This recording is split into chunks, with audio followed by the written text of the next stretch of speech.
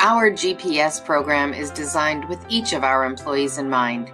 In order to ensure our continued success, it is important for us to focus on growing and nurturing our talent. To do this, we need to understand everyone's strengths, where they want to grow, what development has already been happening, and what gaps still exist, so that we can best position everyone for success. This video will address the purpose of doing a talent review using talent pools, exactly what the talent pools are and the criteria behind each, and the things each manager considers before identifying an employee in a talent pool. In the summer, you had an opportunity to complete a development self-assessment and then have a robust discussion with your manager about your development. In October and November, we moved into a more targeted part of GPS with managers of salaried employees doing a review of each of their team members and calibrating talent pools across the organization. The purpose of this is to identify an employee's talent pool so that we can better focus development, discuss succession, and plan better for rewarding employees. At the end of this process, each employee's talent pool will be identified. Around the end of January, your manager will discuss it with you. A lot of our GPS program is designed to focus on keeping our employees engaged while at the same time preparing for the future. By understanding what skills are missing in the organization and focusing on developing these with our employees, we will be better prepared. You can't plan for the future if you don't know what you're working with. We all need to be speaking the same development language. Often we say things like, "I don't know, that guy just has it."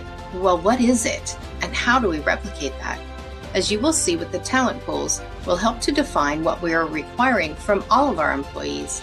And if we're all speaking the same development language, then we will be able to have conversations with increased quality as we all use the same vocabulary, dimensions, and criteria. This part of the process is the glue that brings it all together. Each employee should be considered not only for achieving goals, but for how someone has achieved their goals and their behaviors.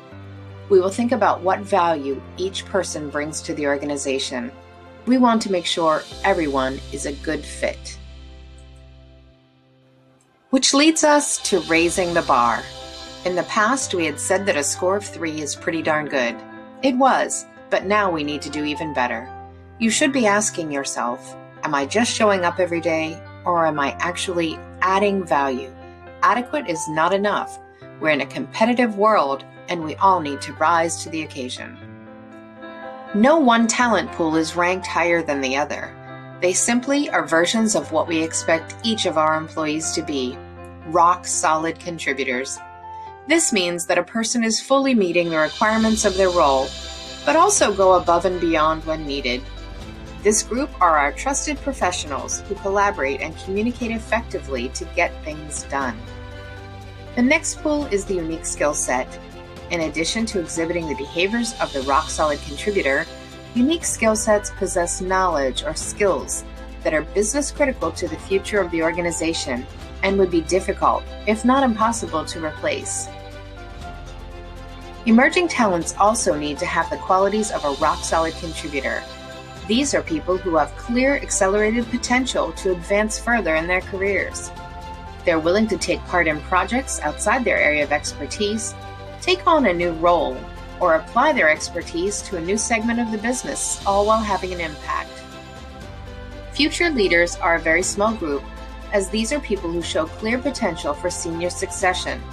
They are rock-solid contributors who have demonstrated success in a managerial position, and they are in roles that drive, direct, or lead others within the organization.